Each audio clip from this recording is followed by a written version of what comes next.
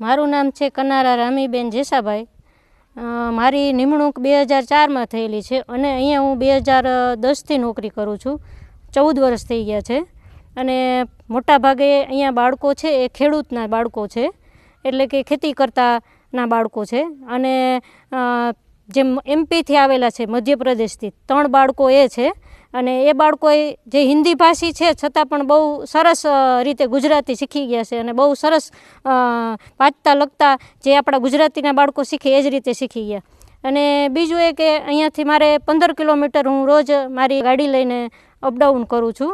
અને બાળકોને જે ગુજરાત રાજ્ય સરકાર દ્વારા જવાહર નવોદય પરીક્ષા અને કોમન એન્ટ્રન્સ ટેસ્ટ જે લેવામાં આવે છે એની અંદર અમારા બીજું વર્ષ છે. બીજા વર્ષમાં એની અંદર કોમન એન્ટ્રન્સ ટેસ્ટમાં 50% રિઝલ્ટ આવે છે.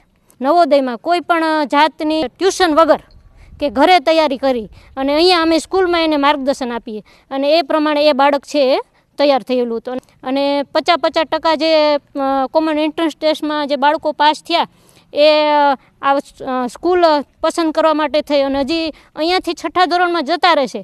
પણ બાળકને જ્યારે પણ મોકલવાનું થાય ત્યારે પહેલાં વાલી અમને ફોન કરીને માર્ગદર્શન લે છે કે ભાઈ અમારું બાળકને અમે ક્યાં મોકલીએ, એમ કે અમે ફોન કરીએ કે ભાઈ તમે સ્કૂલ પસંદ કરી દો અમને. અમે જે કહીએ કે ભાઈ આ સ્કૂલ સારી છે એ સ્કૂલ તમે લ્યો.